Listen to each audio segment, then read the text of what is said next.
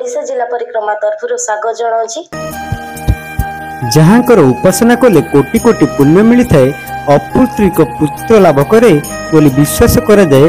सेई देवादिदेव महादेव बालिंगेश्वर महादेव आविर्भाव होइछन्ति नयागढ़ ब्लॉक खैरापटी ग्राम रे। जब प्राय 70 वर्ष है बालिंगेश्वर उद्यान यात्रा कर 13 भगत नहीं 7 दिन आम पानी तलु।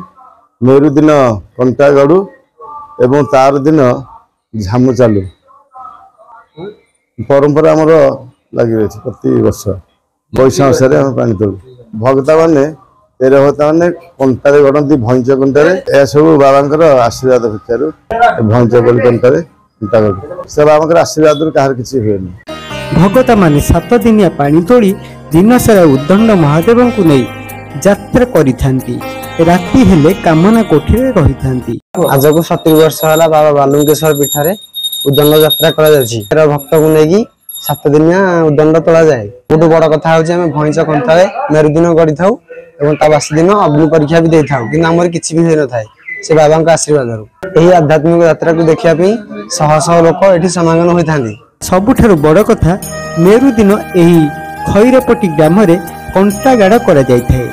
समस्त भगतागण कंटारे गड़ी थांती।